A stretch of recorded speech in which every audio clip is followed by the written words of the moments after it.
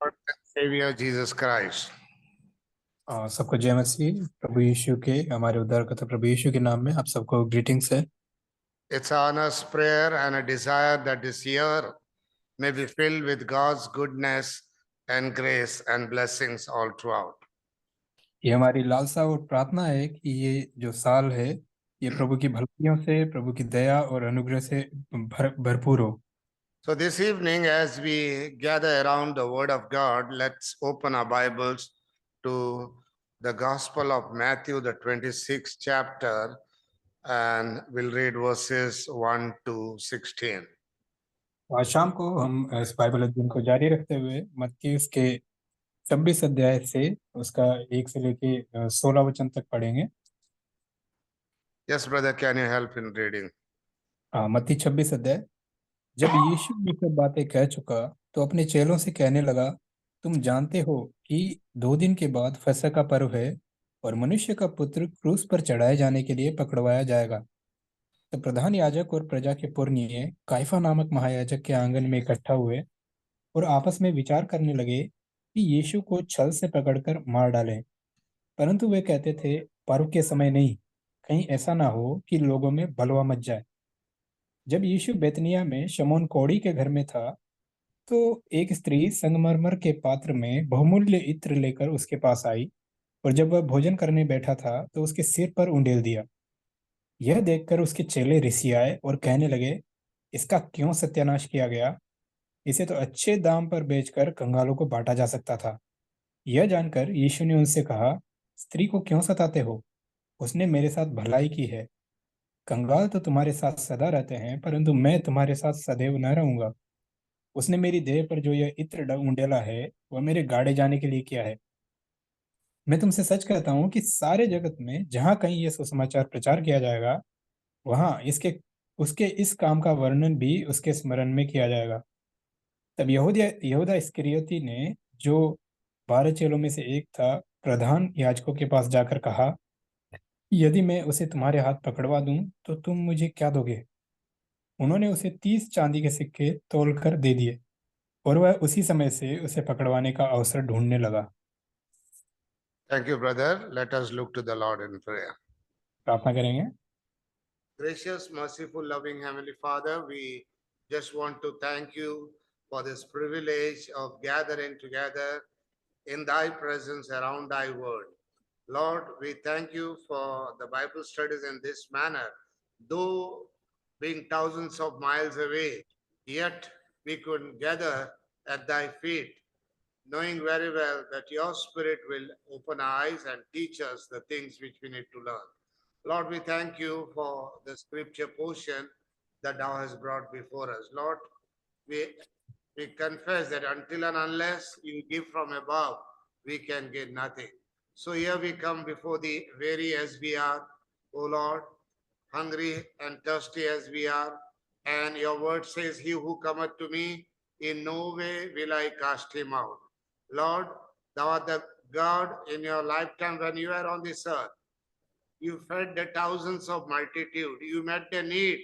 Every sick person who came to you, you healed them. Every person and every requirement, Lord, you met their needs. So, Lord, this year, as we gather for the first time around thy word, Lord, you knowest thou what our needs are. Thou knowest our shortcomings, our failures. O Lord, so encourage us, enlighten us, O Lord, and empower us to live for thy glory. Who am I, an unworthy servant like me? Hide me behind thy cross. Let your words alone be heard. Let you alone be exalted and seen in our midst. Take all glory and honor to thy name. We bring every equipment that has been used under the sprinkling of thy precious blood. And we bind all the forces of darkness, whether seen and unseen. And we give you all the glory, the honor, and the praise. In the precious name of thy Son and our loving Savior, Jesus Christ. Amen. Amen. Sorry, we couldn't continue our Bible study for the last 2 weeks because of the tight ministry schedules. But I thank God for God had some other plans that you could spend time in his presence. पिछले 2 सप्ताह हम Bible अध्ययन को जारी नहीं रख पाए, उसके लिए हम क्षमा चाहते हैं। प्रभु ने और अन्य अवसर में अपने काम के लिए व्यस्त थे। So just to revise, after 15 days means it's a long time. We have been in the third section of this Matthew's Gospel, where we see the king is being rejected. हाँ, तो हम फिर से दोहराने के लिए हम देखते हैं मत्ती की पुस्तक के इसके तीसरे भाग में हम हैं, जहाँ पर उस राजा के उसको जो त्यागा गया उसके विषय में। So in this third part, we already completed one half of it, in where we saw the shadow of his rejection from the 16th chapter till the 25th chapter. और इस तीसरे भाग के भी हम एक और आधे भाग को पूरा कर चुके हैं, जब हमने देखा कि उस राजा को इनकार करने जाने की उसकी एक छाया को हमने देखा 16 से 25 अध्याय तक।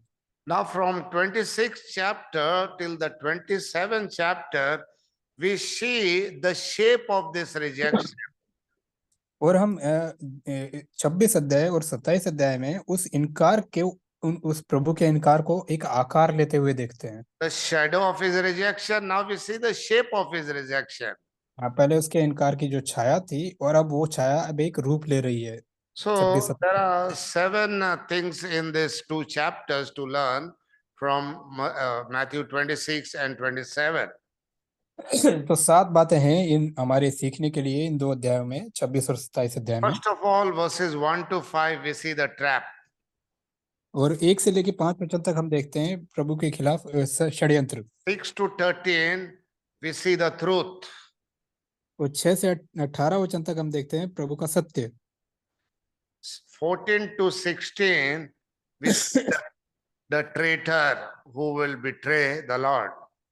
हाँ, और 14 से 16 वचन में हम उस विश्वासघाती को देखते हैं जो यीशु को धोखा देने वाला था। 17 to 29, we see the table being instituted. और 17 से 29 वचन तक हम देखते हैं मेज का लगाया जाना।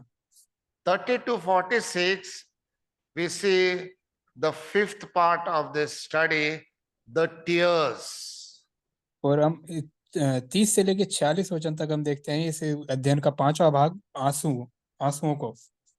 The sixth part, the trials, wherein the Lord is being tried, that is from the 47th verse till the 26th verse of the 27th chapter.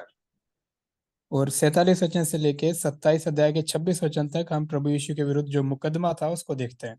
And lastly, the seventh part in these two chapters, where we study the shape of this rejection, we see the tree or the cross on which the Lord was crucified. That is from verses 27 till the end of the 27th chapter. और 27 अध्याय के 27 वचन से लेके उसके अंतिम वचन तक हम देखते हैं 7वें और अंतिम भाग को, जो है एक पेड़ के समान है या क्रूस पर है जिस पर प्रभु यीशु को लटकाया गया। So it's a big chapter, 26th chapter, consisting of 75 verses, and we'll see how the Lord leads, how much we can cover in our study today. हाँ, 75 वचन इस अध्याय में है, 26 अध्याय में। तो देखते हैं प्रभु कैसे अगुवाई करता है, कितना हम इसको कवर कर पाते हैं। So if the Lord wills, we will at least try to cover half of it at least. हाँ, कोशिश करेंगे कम से कम आधा अध्याय हम इसको कवर कर लें। So let's come to the scripture portion that we have read. Verses 1 to 5, we see how the trap is being laid. हाँ, तो हम देखते हैं 26 अध्याय के 1 से 5 वचन तक किस प्रकार से षड्यंत्र वहां पर किया गया। And it came to pass when Jesus had finished all these sayings, and he said unto his disciples, you know that after 2 days is the feast of the Passover, and the Son of Man is betrayed to be crucified.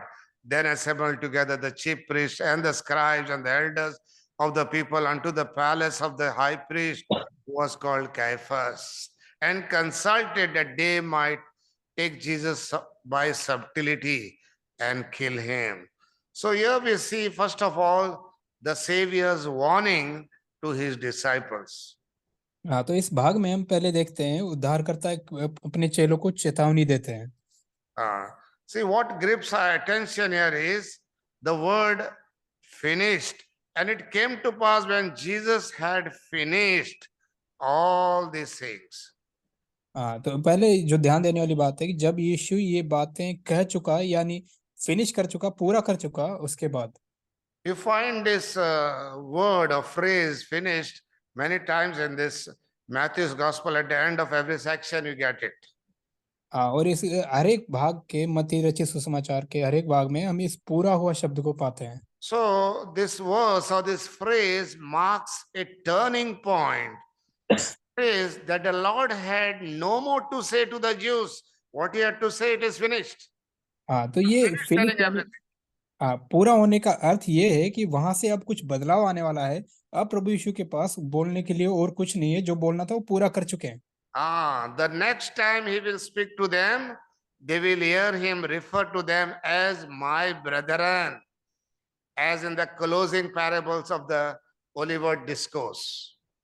और आगे वो मेरे भाई करके आगे उनसे जब बात करेगा उनके दृष्टांत में, By that time, then the nations will have been pruned through the tribulation time by his return when he comes to take his church, and thereafter he will deal with his nation again.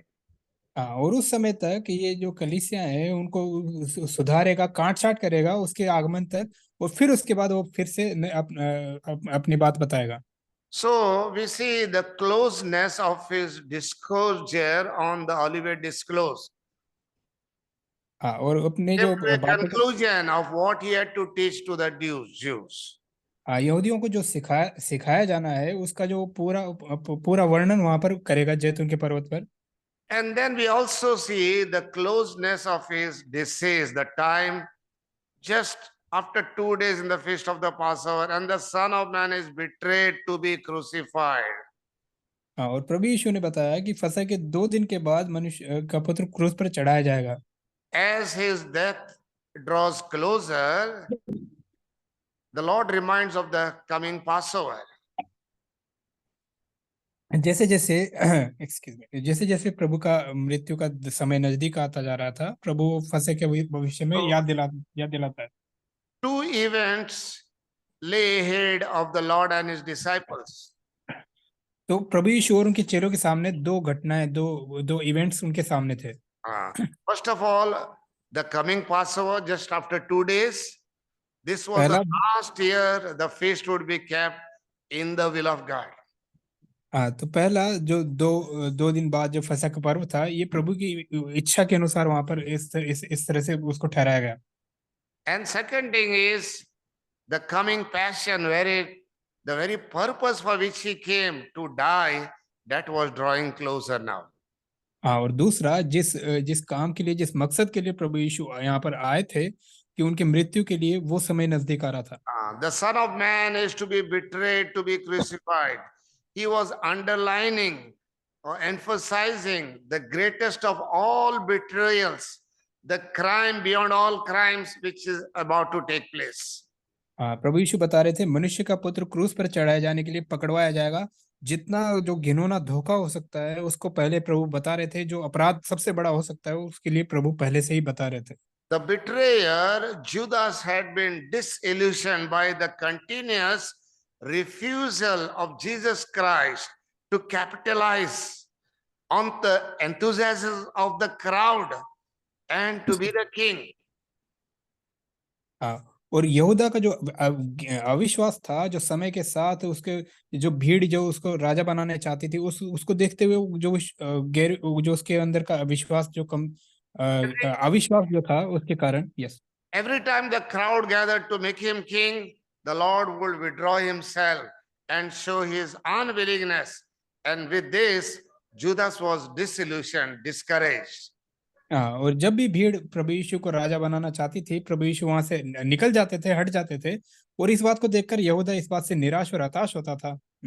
So Judas became the active traitor the first time when he put his hand into the bag to divert the money or the funds into his own secret account. और यहूदा ने अपने विश्वासघात का आरंभ इस बात से किया जब जो रुपयों की थैली उसके पास होती थी उसमें से वो रुपया निकाल लेकर अपने लिए रख लेता था। What John chapter 12 verse 6 says, and he said not that he cared for the poor, but because he was a thief and had the bag and bear what was put therein. So that means being a treasurer of the group, He was in charge of the cash and he was also diverting part of it to his own account. हाँ, और योना 12 अध्याय उसके 6 वचन के अनुसार हम देखते हैं कि उसको उसके पास जो रुपयों की थैली रहती थी, और उस पूरे ग्रुप का, पूरे समूह का वो कैशियर था, और वो अपने लिए निकाल लेता था। So verse 1 and 2 we see the Savior's warning. 1 और 2 वचन में 3 हमने to देखा। 5 we see the Sanhedrin's wickedness. हाँ, 1 और 2 वचन में हमने देखा प्रभु यीशु की जो चेतावनी थी, और 3 से 5 वचन में हम देखते हैं उस महासभा की उसकी दुष्टता को। It says the chief priests and the scribes and the elders of the people assembled. See, the heads of the priesthood, they were there. Also, the हाँ, temple officials were there. And the leading Sanhedrin group of Sanhedrin, that is the scribes and the elders, they were also there. All the leaders of the Jewish nation were united for a common goal to eliminate the Lord Jesus Christ. हाँ, यहाँ पर हम देखें 3 से 5 वचन में कि प्रधान याजक, प्रजा के पुरनिये और कैफा नामक जो बड़े बड़े यहूदा के बड़े लोग थे, वो सब एक समान मकसद प्रभु यीशु को हटाने के लिए इकट्ठे हुए। So we see the people gathered. We see the place where they gathered. They gathered in the palace of the high priest, हाँ, तो वो महायाजक के आंगन में इकट्ठा हुए ये लोग। which was not the usual meeting place. हाँ, वो कोई आमतौर पर मिलने की, सभा रखने की जगह नहीं होती थी। So Jewish law said that in all criminal cases, sentence must be passed in the regular meeting place of the Sanhedrin and not हाँ, anywhere else. हाँ, और यहूदियों के नियम के अनुसार कि यदि किसी पे कोई किसी को दंड देने की जो सभा होती है, वो उसके निर्धारित समय पर होनी चाहिए, ऐसे किसी भी जगह पर नहीं हो सकती। So, but they were gathered to discuss ways and means of trapping him, arresting him, killing him. लेकिन वो इस बात इस Unwanted Messiah, he was unwanted for them. हाँ, वो इस बात के लिए इकट्ठे हुए कि किस प्रकार से उस मसीहा को, जिसको वो नहीं चाहते थे, उसको कैसे पकड़वाएं, कैसे उसको फंसाएं, कैसे उनको गिरफ्तार किया जाए। So Caiaphas, the high priest, presided over this meeting. तो यहाँ कैफा जो महायाजक यहाँ पर भी था इस सभा में। So we see the Savior's warning, we see the Sanhedrin's wickedness. The people gather, all the top cream of the Jewish leaders. The place, हाँ, it was not the usual meeting place, it was the palace of the high priest.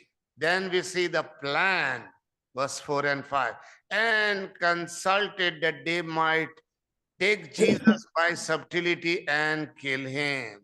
But they said, not on the feast day, lest there be an uproar among the people. See the plan. हाँ, तो उनकी हम यहाँ पर योजना को देखते हैं 4 और 5 वचन में, जब उन्होंने कहा कि यीशु को छल से पकड़वा कर मार डालें, परंतु वे कहते थे पर्व के समय नहीं, कहीं ऐसा ना हो कि लोगों में बलवा मच जाए। So they planned to employ both craftiness and caution. हाँ, Cunningly by nature, they decided to take Jesus by subtlety, that is by guile. तो प्रभु यीशु को वो धोखे से पकड़वाना चाहते थे, लेकिन साथ ही साथ इस विषय में वो सावधान भी रहना चाहते थे। And at the same time, they were exercising caution. They said, not on the feast day, lest there be a big uproar of the people. और वो सावधानी भी रखना चाहते थे कि इस समय नहीं, कहीं ऐसा ना हो कि लोगों में बलवा मच जाए। They themselves saw the demonstration of the crowd as Jesus entered Prabhu Jerusalem, the Hosanna, they heard. They saw the support he had.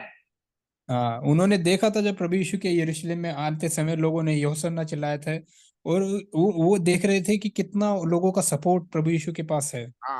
So they were afraid that a riot might take place. The Jewish leaders were still determined to get rid of Jesus. They wanted to avoid the feast.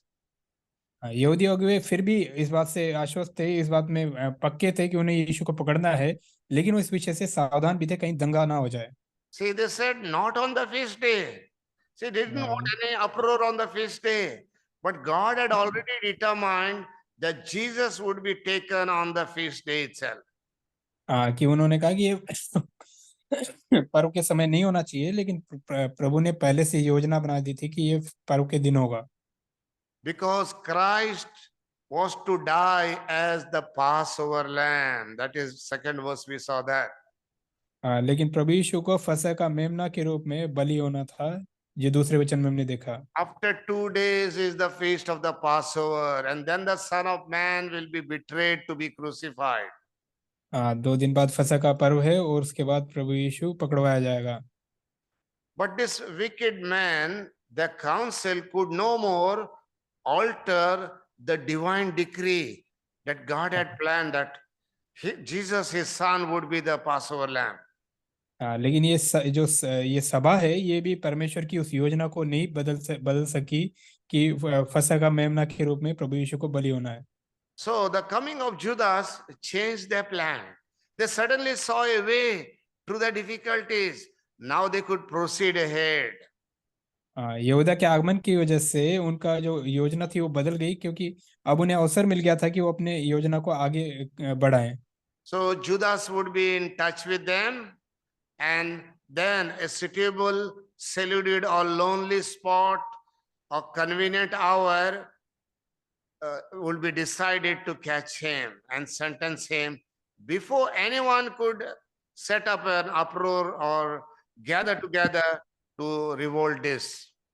तो यहूदा उनके संपर्क में था और चतुराई से उस समय का और उस स्थान की गणना कर रहे थे जहां चुपचाप प्रभु यीशु को पकड़वाया जा सके, ताकि किसी भीड़ को, किसी दंगे फसाद को टाला जा सके। So that is the trap that we see from verses 1 to 5. Now in between something else happened, and a woman is seen coming where Jesus was. तो ये हमने Verses देखा 6 to 13, verses 6 to 13. 6 से 13 वचन, एक स्त्री को देखते हैं हम आते हुए। We see this woman coming. Now, who is this woman? Where she sought the Lord. And where Yes. Jesus was in Bethany in the house of Simon the leper. यीशु इस समय बेतनिया में शमौन कोढ़ी के घर में था और यहाँ ये स्त्री इसको ढूंढते हुए आई। So this incident took place in the home of Simon the leper, a man Jesus had healed. शिमोन कोढ़ी के घर में एक घटना हुई जिसे प्रभु ने चंगा किया था।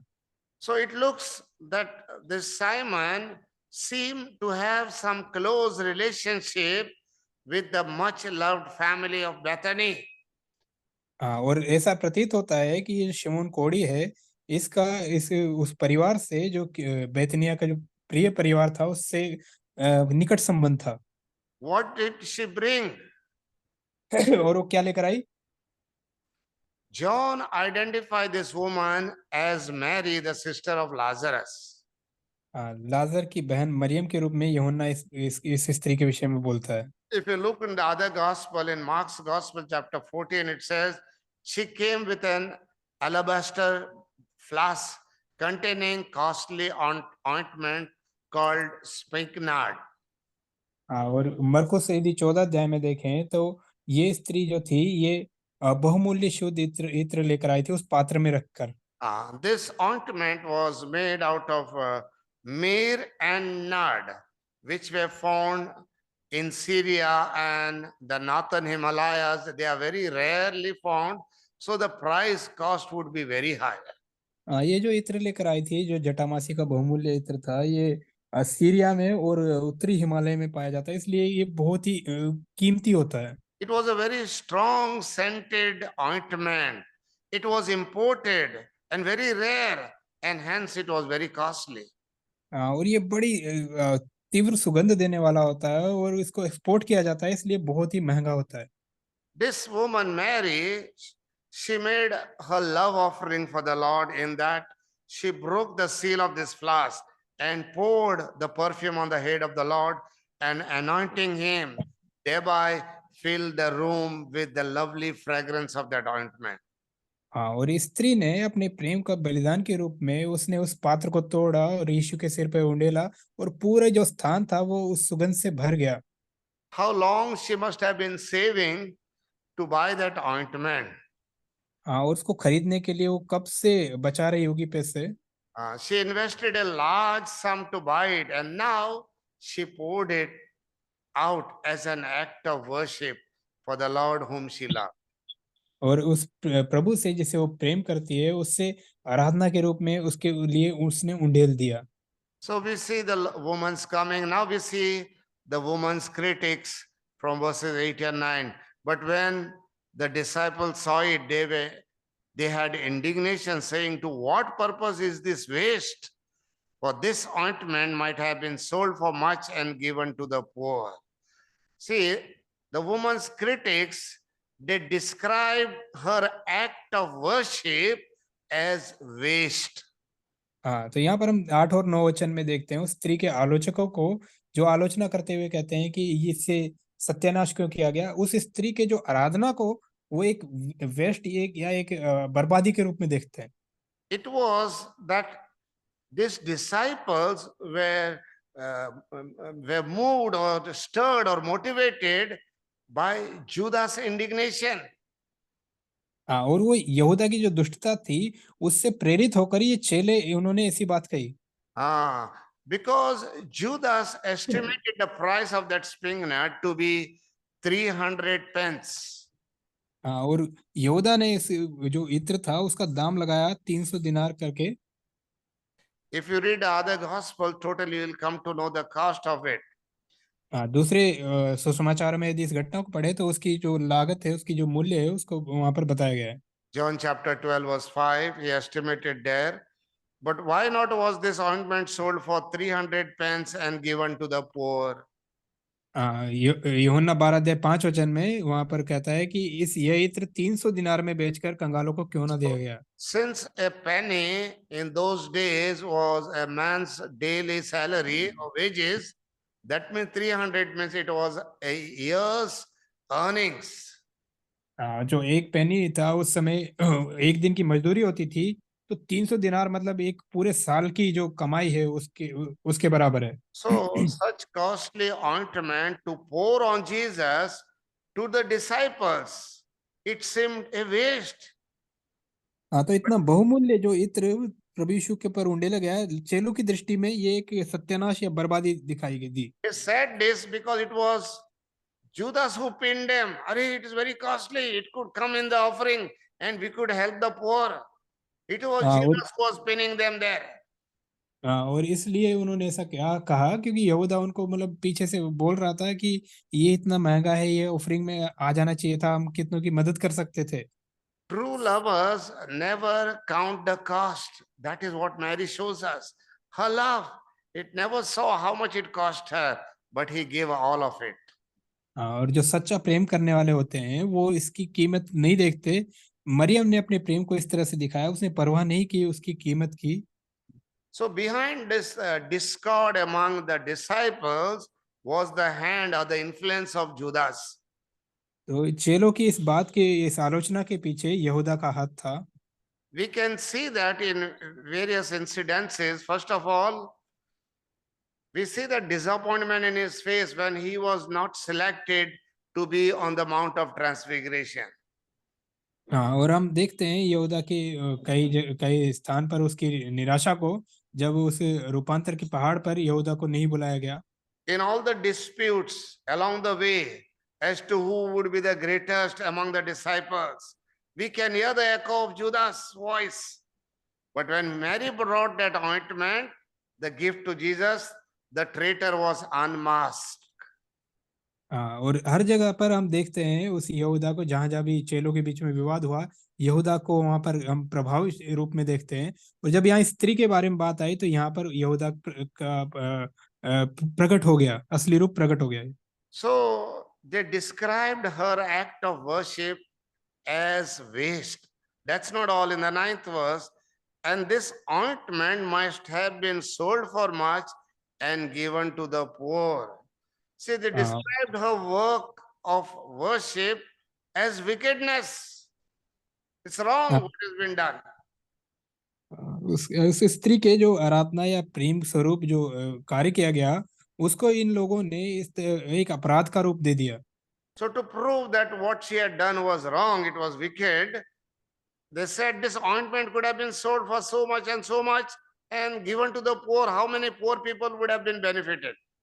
और ये दिखाने के लिए कि उस स्त्री ने कितना बड़ा अपराध एक तरह से इसको तोड़कर किया है, उन्होंने बताया कि इतने रुपए में बेचा जा सकता है, कंगालों की मदद की जा सकती थी। To secular thinking people, it seems to be right. Yes, correct. 1 year's salary, how many poor would have been benefited? और एक सामाजिक दृष्टि से देखा जाए तो हाँ, ये बात सही भी है कि इतने दाम में कई लोगों की मदद की जा सकती थी। There is so much need in this world, so many poor. दुनिया में कितने ही And they call this act as wickedness, wasting. Not only wasting, wickedness as well. हाँ, वो ना केवल ये कह रहे थे कि इसको बर्बाद कर दिया गया, बल्कि ये कह रहे हैं कि एक अपराध भी कर दिया गया। So when some money is given for some spiritual purpose rather than some social needs, secular people call it wickedness, wrongdoing. हाँ, तो जब आत्मिक काम के लिए, सेवकाई के लिए कुछ पैसा दिया जाता है, तो दुनिया के लोग इसे बर्बादी देखते हैं, इसे अपराध के रूप में देखते हैं। To many Christians, born again Christian, I say, giving Christ the full time, the Lord's Day, to them it is wasteful, it is wickedness. और नया जन्म पाए हुए विश्वासियों में भी हम देखते हैं कि उनके लिए एक पूरा दिन प्रभु को देना एक वेस्ट जैसा लगता है, बर्बाद करना जैसा लगता है। So they will come for a few hours, they'll come late. They will not give everything of this themselves to the Lord. तो वो कम समय देते हैं, लेट आते हैं और अपना सब कुछ प्रभु को नहीं देते। To many people, the most outrageous waste of all is to give money for something that would minister to Christ and his kingdom. और लोगों की नजरों में सबसे बड़ी बर्बादी ये है कि जब लोग प्रभु के काम के लिए, प्रभु के राज्य के लिए कुछ पैसा देते हैं।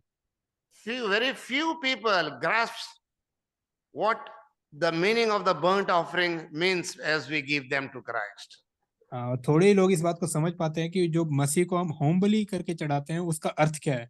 So we saw the woman's coming, we saw the woman's critics, but now we see the woman's commendation by the Lord. The Lord commands her, verse 10 to 13. When Jesus understood it, he said unto them, Why trouble ye the woman? For she hath wrought a good work upon me. तो यहाँ पर हम देखते हैं, हमने देखा स्त्री को आते हुए, फिर उसके बाद उसकी आलोचना को होते हुए। अब हम देखते हैं प्रभु यीशु जो उसकी सराहना करते हैं 13 और 14 वचन में कि उसने मेरे गाड़े जाने के लिए किया है, उसने भला काम किया है। So Jesus came to Mary's defense. Jesus said her act of worship was a good work that she did upon me. तो प्रभु यीशु उस मरियम के बचाव में आए और उन्होंने बताया कि उसने जो किया है वो भला काम किया है, मेरे लिए भलाई की है।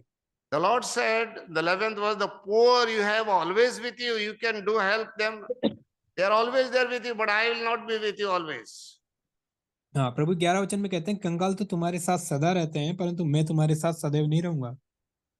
Because he will be gone soon, so she sought or she seized that opportunity that came her way, while her critics missed the opportunity. तो जो प्रभु यीशु उनके साथ हमेशा के लिए नहीं रहने वाले थे, तो उस स्त्री ने इस अवसर को देखा और उस अवसर का उसने लाभ उठाया और उसने आलोचकों की परवाह नहीं की। See, the Lord said in the 12th verse, For in that she had poured this ointment on my body, she did it for my burial. 12 वचन में उसने मेरी देह पर जो इत्र उंडेला है वो मेरे गाड़े जाने के लिए किया है। See, the Lord was soon to die and to be buried, and Mary foresaw it. He saw it ahead, and she did what needs to be done. और प्रभु ने बताया कि उसको क्रूस पर चढ़ाया जाना है, मारा जाना है, गाड़ा जाना है, और मरियम ने इसको पहले से ही देखकर उसने वो जो किया जाना चाहिए वो उसने किया। You don't find this Mary at the cross. We find some other Marys in the New Testament at the cross. इस मरियम को हम क्रूस पर नहीं पाते हैं, दूसरी मरियम को वहां पर क्रूस पर देखते But हैं। not that Mary of Bethany.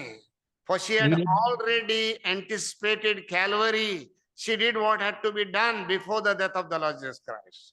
और मरियम ने पहले से ही इसकी तुलना कर ली, इसको देख लिया कलवरी क्रूस पर आने वाले समय को, और उसने जो किया जाना चाहिए था उसने किया। You don't find her at the tomb either. She had already made her contribution while the Lord was alive for the Lord's burial. प्रभु के गाड़े जाने के विषय में जो कंट्रीब्यूशन उसको करना था उसने पहले ही कर दिया, वो क्योंकि वो उस कब्र पर भी नहीं देखते हम उस मरियम को। So Mary understood and believed in the Lord's death, burial, and that he would rise again. तो मरियम इस बात को समझ चुकी थी, उसके मारे जाने, गाड़े जाने और जी उठने को। So it seemed that she alone among all her followers understood the truth of the Lord's resurrection.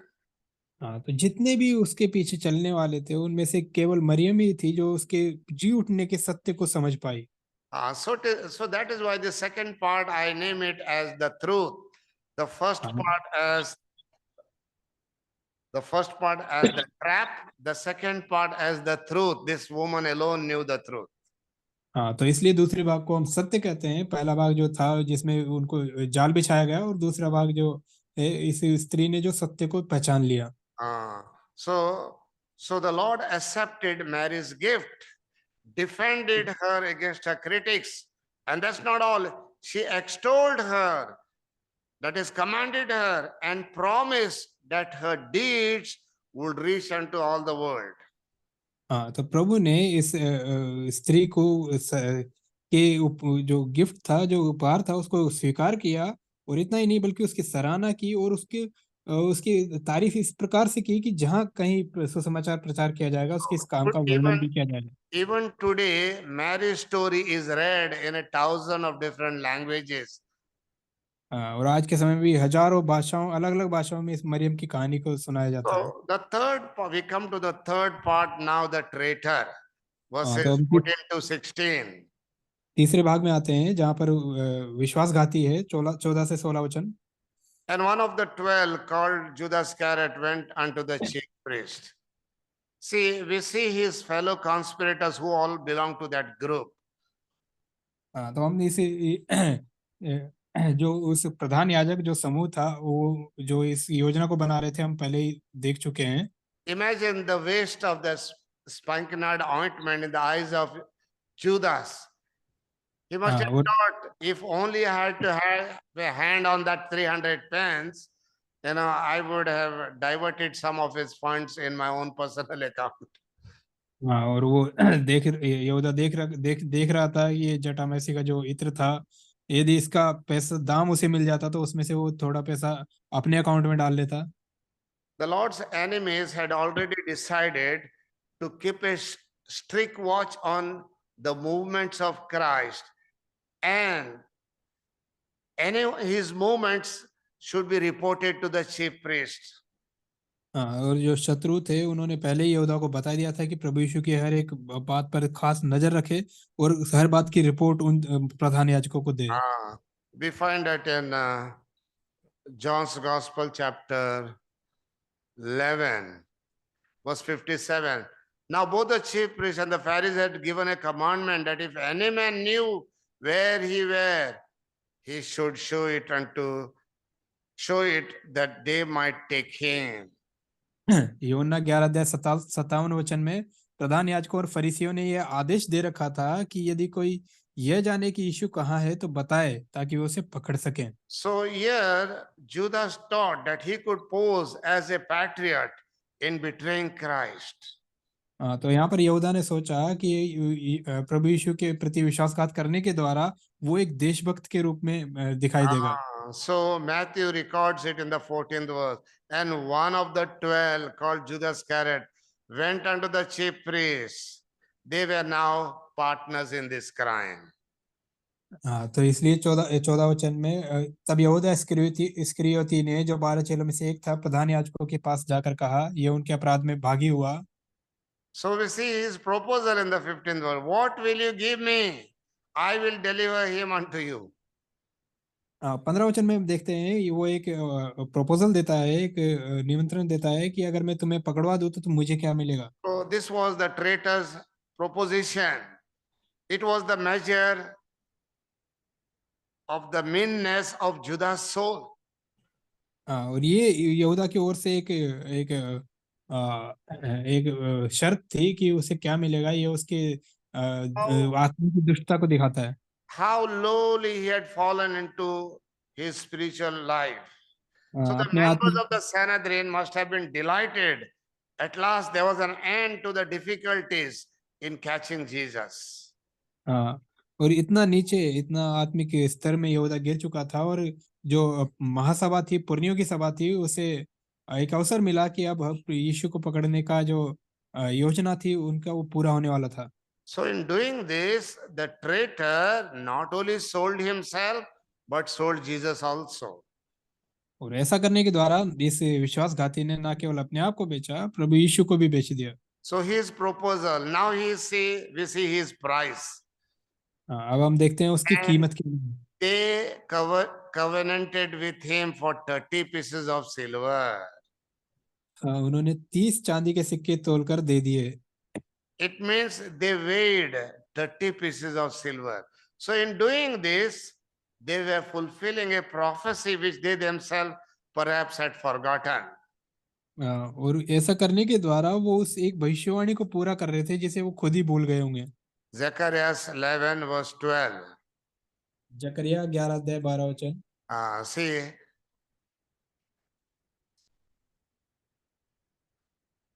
and I said unto them, if you think good, give me my price, and if not, forbear. So they weighed for my price 30 pieces of silver. हाँ, तब मैंने उनसे कहा, यदि तुमको अच्छा लगे तो मेरी मजदूरी दो, और नहीं तो मत दो। तब उन्होंने मेरी मजदूरी में चांदी के 30 टुकड़े तोल दिए। If you study the scriptures, you will see this price was paid when someone's axe, goad, or pierce a servant of somebody else. Sorry. Exodus chapter 21 verse 22, we see when an ox, goad means pierced his horns to the निर्गमन servant of someone else, that was the price paid. निर्गमन 21 अध्याय उसके 22 वचन में देखते हैं, जो बैल का जो अंकुश होता है, यदि किसी के दास को लग जाए तो उसके लिए ये कीमत चुकाई जानी होती है। Exodus 21:32. If the ox shall push a manservant or a maidservant, he shall give unto the master 30 shekels of silver, and the ox shall be stoned. निर्गमन 21 अध्याय 32 वचन, यदि किसी बैल ने किसी दास या दासी को सींग मारा हो तो बैल का स्वामी उस दास के स्वामी को 30 शेकेल रुपया देगा। So और that बैल का was, it was the market value of a slave. तो ये एक गुलाम या एक दास की जो कीमत थी, उसका जो दाम था वो ये था। This was the Sanhedrin's evaluation, the worth of the one who healed the sick, the blind, the lame, the demon possessed, the one who raised the dead, who fed over thousands. That is the valuation they made of such a person, the Son of God. और परमेश्वर के पुत्र जिसने बीमारों को चंगा किया, अंधों को आंखें दी, मुर्दों को जिलाया, भूखों को खाना खिलाया, उसका दाम इस तरह से इस पुरनियों की सभा ने इस तरह से उस दास के रूप में दाम लगाया। So in doing this, they had brought him, and as well as the Lord, they sold themselves and the Lord also.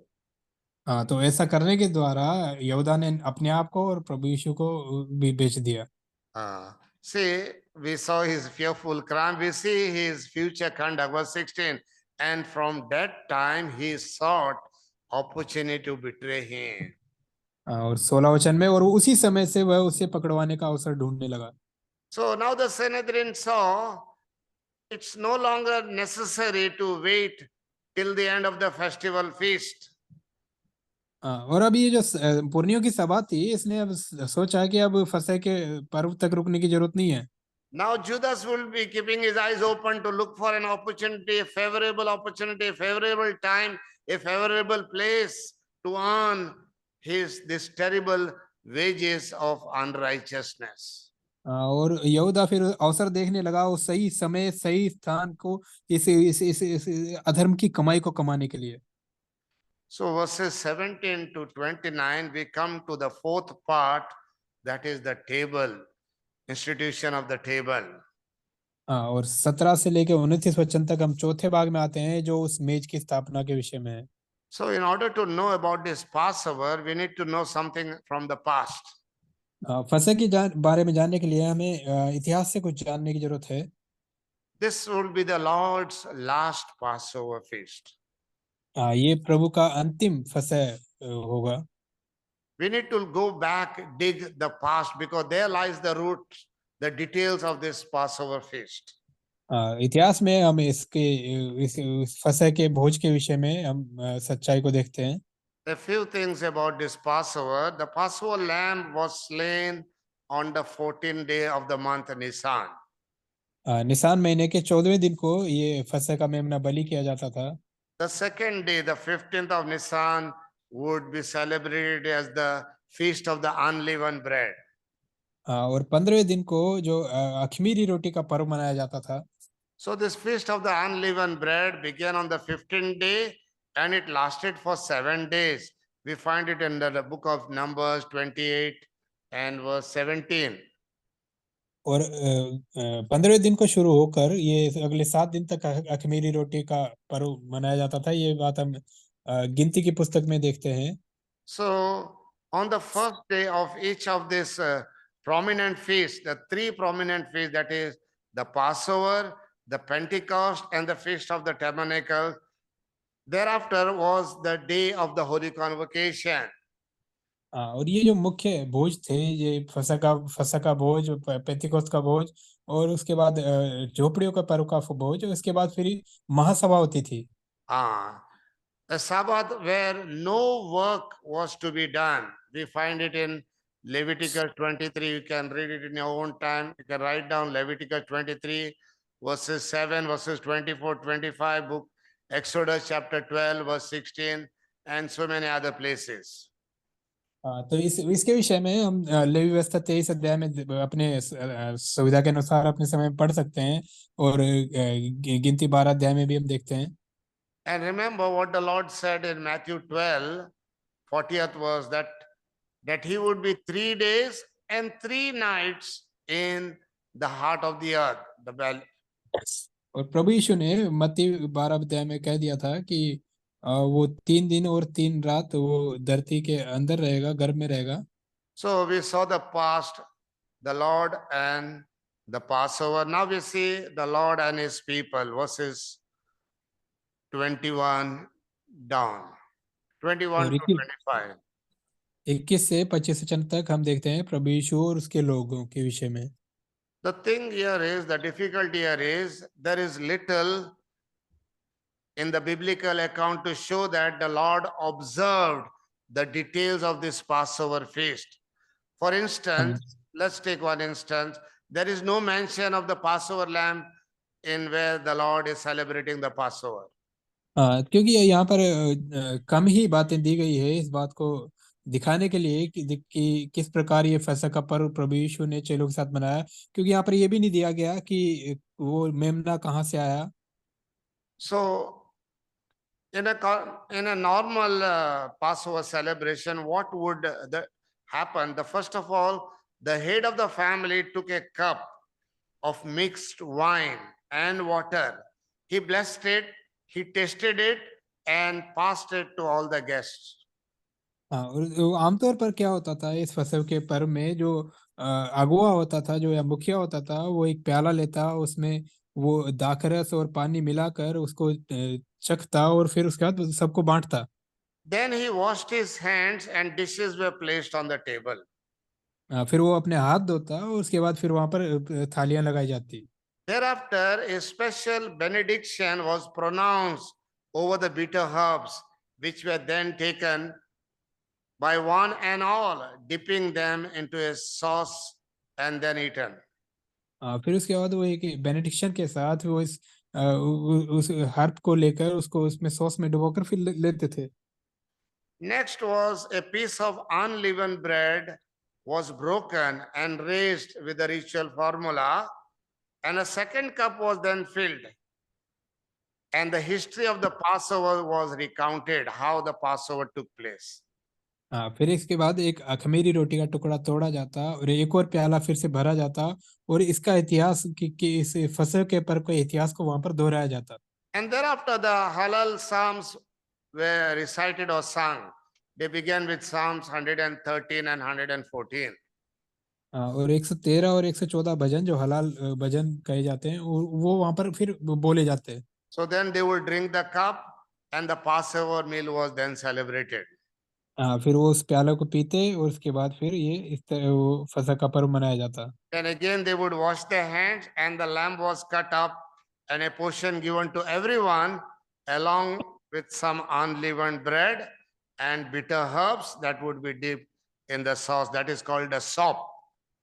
और फिर इसके बाद फिर फिर से हाथ धोते फिर वो मेमना बलि किया जाता। उसके बाद फिर वो मेमने के साथ फिर वो खमीरी रोटी और उस कड़वे साग पात को उस रस में डुबोकर फिर वो खाते थे।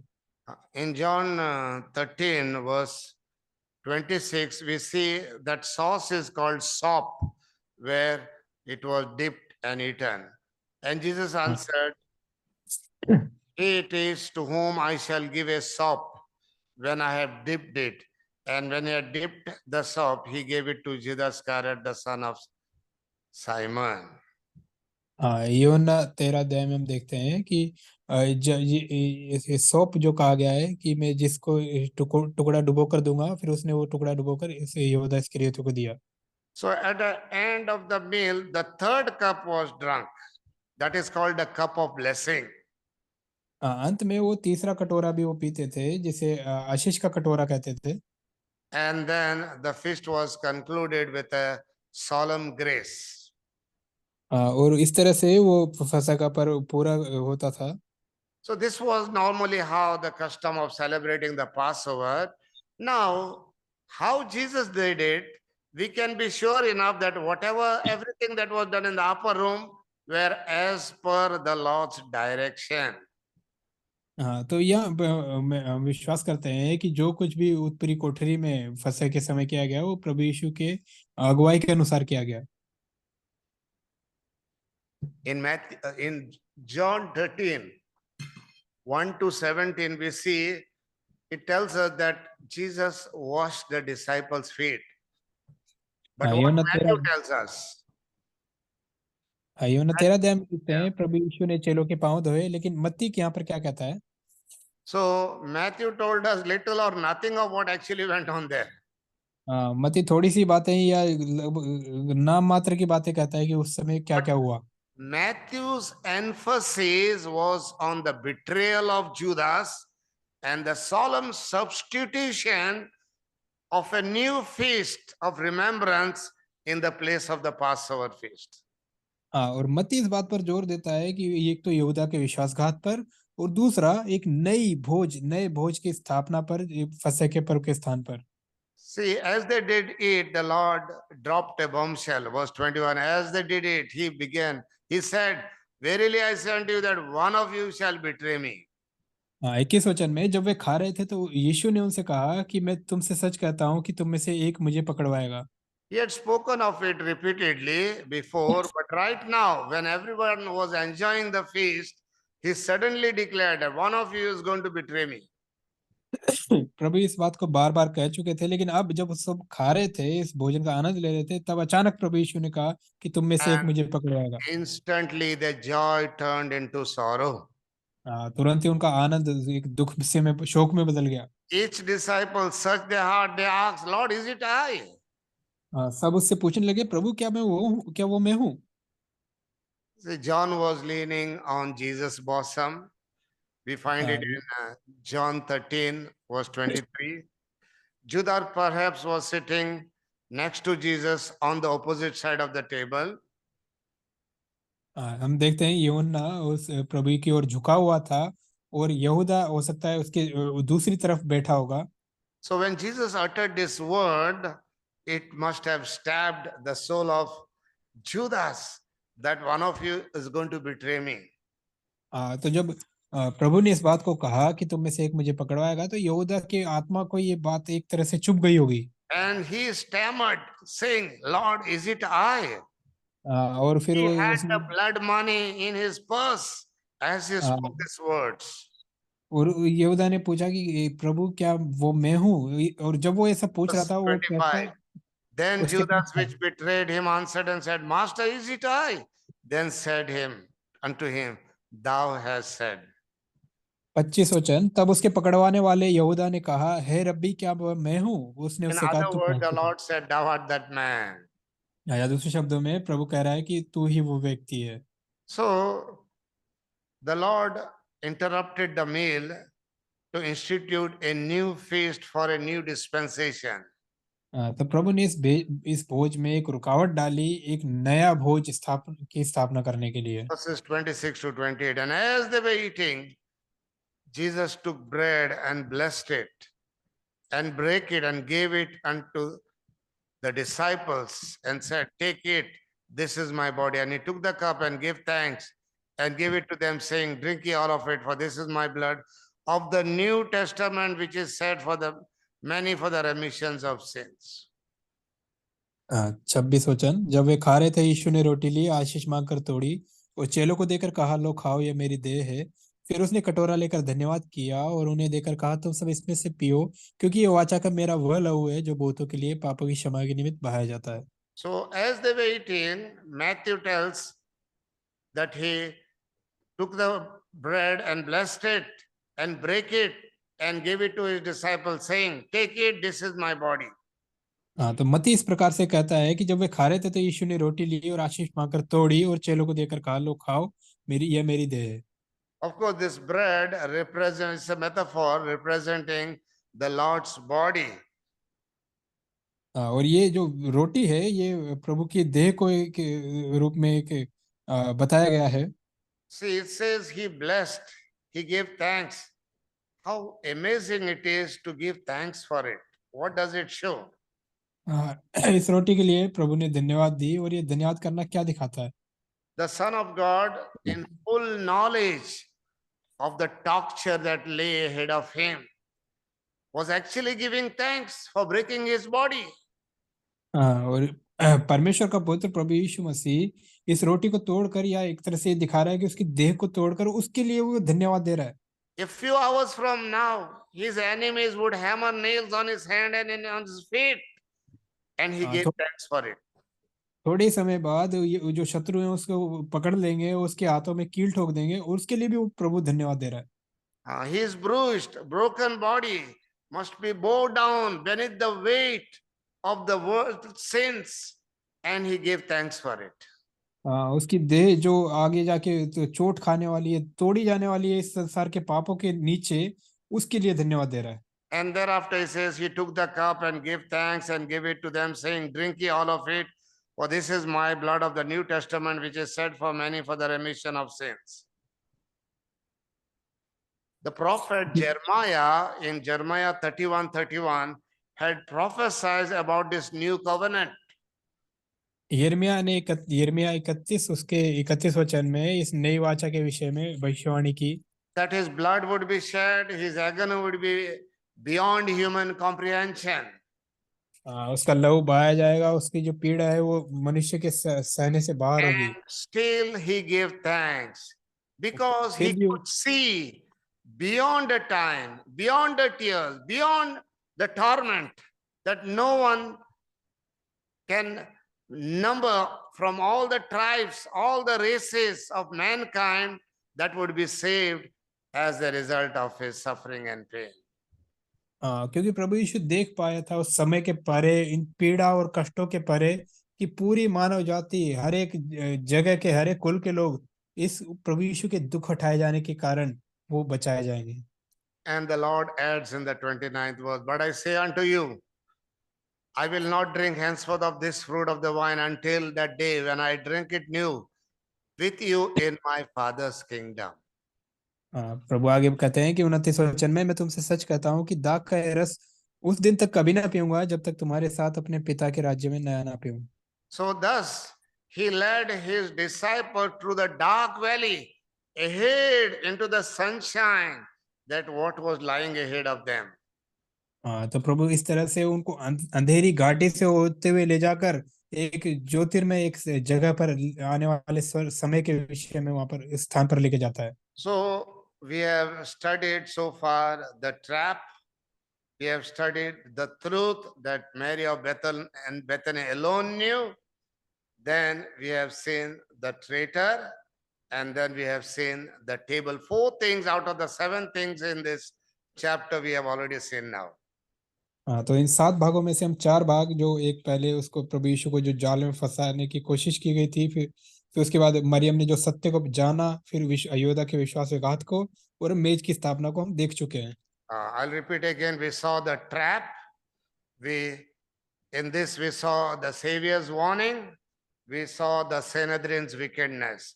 Then we saw the second part, the truth, in which we saw the woman coming, the woman's critics, and the woman's commendation. Then the third part, we saw the traitor, his fellow conspirators, his fearful crime, and his future conduct. From then onwards, he will be looking for a right time, place to betray the Lord Jesus Christ. That's the third part. The fourth part, we saw the table. The Lord instituted a new thing, a new celebration in place of this Passover, where he himself became the Passover lamb. हाँ, तो 4 भाग हमने देखे। पहला, जब प्रभु यीशु ने जो चेतावनी दी और उसके बाद महासभा ने जो योजना बनाई उसको पकड़ने के लिए, फंसाने के लिए षड्यंत्र किया। फिर इसके बाद हम देखते हैं मरियम के बेथनी की मरियम के सत्य के विषय में, जानने के विषय में, जहाँ वो स्त्री आई और लोगों ने, चेलों ने उसकी आलोचना की और प्रभु ने उसके काम की सराहना की। अगला हमने देखा यहूदा के विश्वासघात को, जो वहां पर उसने उस दाम को तय किया और आगे जाके वो उसको पकड़वाने का अवसर ढूंढने लगा। फिर हमने देखा प्रभु यीशु के मेज की स्थापना को, जहां प्रभु ने एक नई वाचा की स्थापना की। May God give us His grace, keeping these things in our mind afresh, what the Lord went through in order to save us, to make us His own, that we henceforth may no more live for ourselves, but to live for the one who died and who rose again. प्रभु हमें अनुग्रह दे कि इन बातों को हम अपने मनों में नया और ताजा रख सकें, ताकि हमें पता रहे कि हमें बचाने के लिए प्रभु यीशु ने कितनी बड़ी कीमत चुकाई है। वो मारा गया और फिर गाड़ा गया और फिर जी उठा। This new year, the Lord wants to do a new things with new promises, showing His ability that He is able to do और to इस the नए uttermost. He is able to give much more than this. He is able to do much, exceedingly much more than what we can think or even ask of. इस नए साल में प्रभु हमारे लिए नए प्रतिज्ञाओं के साथ नए काम वो करना चाहता है। वो हमें बताना चाहता है कि प्रभु हमारी सोच से परे बढ़कर हमें दे सकता है, हमारे लिए कर सकता है। The Lord is not looking for casual Christians anymore. He is looking for committed Christians. प्रभु ऐसे लापरवाही करने वाले मसीहों को नहीं देख रहा, बल्कि समर्पित मसीहों को चाहता है। May the Lord give us His grace to live so. प्रभु हमें अनुग्रह दे कि हम इस प्रकार का जीवन जी सकें। Let us pray. प्रार्थना करेंगे। ये प्रार्थना करेंगे। भाई आशा प्रकाश से निवेदन है, प्रार्थना करेंगे। भाई आशा प्रकाश के प्रार्थना के पश्चात भाई मैक्सी क्रस्टो बेनेडिक्शन देंगे। आइए प्रार्थना करेंगे। हमारे विश्वास योग और भले परमेश्वर, अपने लोगों से प्रेम करने वाले परमेश्वर, अपने उन लोगों से विश्वास करने वाले लोग हैं, उनके लिए, उनके जीवन के लिए एक बड़ा काम करने वाले परमेश्वर, धन्यवाद देता हूँ प्रभु जी आपके जीवित वचनों के लिए, जहाँ पर हमने बाइबल अध्ययन मीटिंग में एक उद्धारकर्ता, जो सारे जगत का उद्धार करता, जिसने अपने आप को कैसे हमारे लिए दे दिया। हाँ प्रभु, कैसे आपको षड्यंत्र के द्वारा पकड़वाया गया और कैसे प्लान किया गया उसे पकड़वाने के लिए, और इसमें यहूदा इस्करियोती का विश्वासघात भी हम देख रहे हैं। सब बातों को देखते हुए इस भविष्यवाणी को अपने मारे जाने, गाड़े जाने और फिर से तीसरे दिन जी उठने के बारे में हमारे प्रभु ने अपने चेलों को पहले ही से बता दिया था कि मेरे साथ ऐसा होने वाला है, और इन सबको हमारे प्रभु ने सहा हमारे लिए अपनी देह, अपना खून उस क्रूस पर बहा दिया, जो हमारे पापों के क्षमा का कारण हुआ। धन्यवाद देता हूँ प्रभु जी। यदि आपको परमेश्वर इस जगत में न भेजता तो हम सारे लोग उस अंधकार में जीवन जीते हुए हमेशा के लिए विनाश में चले जाते। ये अद्भुत है आपका प्रेम और अद्भुत है आपका इंतजाम जो हम पापियों के लिए किया गया है। तो प्रभु जी, आपकी उपस्थिति में चलने फिरने के लिए और हमेशा आपके किए गए उस वरदान को स्मरण रखते हुए इस नई साल की जीवन में नई साल जो आपने हमें जोड़ा है, इसमें आपके पीछे पीछे चलने में, आपके आज्ञाकारिता विश्वास योग्यता के जीवन में लगातार प्रभु हम बढ़ते जाएं। हमारी आत्मिक कमी घटी को दूर करो प्रभु जी। हमें नए सिरे से नई साल में प्रभु जी अपने ज्ञान और बुद्धि से भरिए, अपनी समझ से भरिए कि हम कैसे अपने आप को पूर्ण रूप से समर्पित होकर के आपकी सेवा करने पाए। हमने देखा है स्त्री के उस प्रभु जी बहुमूल्य इत्र के द्वारा जो बहुत ही कीमती था, उसके सर पर उड़ेला, और ये घटना हमेशा इत्र की स्मरण की जाएगी। प्रभु ने ऐसा कहा। धन्यवाद देता हूँ प्रभु आपके सब जीवित वचनों के लिए, जहाँ हमें सब चीज़ों को बारीकी से सिखाते हैं कि हम उन वचनों पर ध्यान करें और उस घटना को स्मरण रखें जो हमारे लिए की गई है। प्रभु जी, ये बड़ी दया प्रभु जी आपकी अभी भी इस दुनिया पर बरकरार है। यद्यपि हम जानते हैं कि सारे लोग कैसे पाप में जी रहे हैं और बुराई में चल रहे हैं, कैसे परमेश्वर का क्रोध उन पर बना हुआ है, लेकिन फिर भी दयालु और प्रेमी परमेश्वर होते हुए भी अभी भी सबको गले लगाने के लिए तैयार है। इसलिए एक ये इंतजाम परमेश्वर ने मसीह यीशु में हम पापियों के लिए किया है कि हम कैसे उद्धार पा सकते हैं, कैसे हम परमेश्वर के क्रोध से बच सकते हैं मसीह यीशु पर विश्वास करने के द्वारा।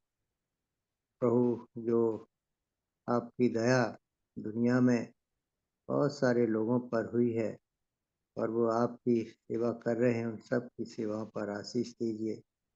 साथ साथ प्रभु जी, इस नए साल में प्रभु आपके लोगों को आज़ादी मिले पूर्णतया, कि प्रभु के उस धन्य नाम में, जीवित नाम में, उद्धारकर्ता नाम में आज़ादी मिले विचार करने के लिए, सच्चाई को, कि अंधकार में बैठे हुए लोगों को ज्योति मिले। तो ये हमारी विनती है, दया कीजिए। साथ साथ प्रभु जी, प्रार्थना करता हूँ आपके दास भाई मैक्सी क्राइस्टो के लिए, जिन्होंने प्रभु जी हमारे बीच में काफ़ी समय से इस बाइबल अध्ययन मीटिंग को करा रहे हैं। हमारे लिए बड़ी बात है, इसलिए कि हमें आवश्यकता है सबको आपकी बुद्धि और ज्ञान और समझ की बातों का। प्रभु उन्हें उनका प्रतिफल दीजिए। पूरे परिवार पर प्रभु जी आपकी दया बनी रहे।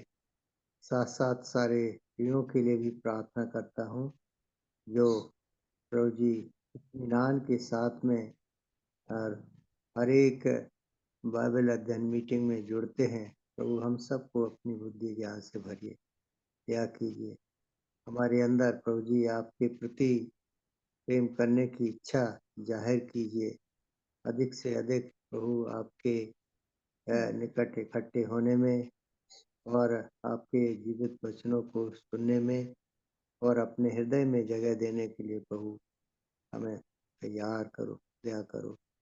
तो सब बातों को प्रभु जी और सब कमी घटी, जो आत्मिक कमी घटी है, शारीरिक कमी घटी है, प्रभु उनको आपके चरणों में रखते हैं।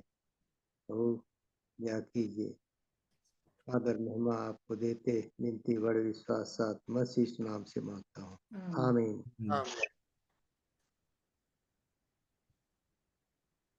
Yes, brother, you want me to? Benediction, brother. Yes, brother. Okay, okay. Now unto him that is able to keep you from falling and to present you faultless before the presence of his glory with exceeding joy. To the only wise God, our Savior, be glory, majesty, dominion, power, both now and forevermore. Amen. Amen. Praise the Lord. Praise the Lord. Thank you.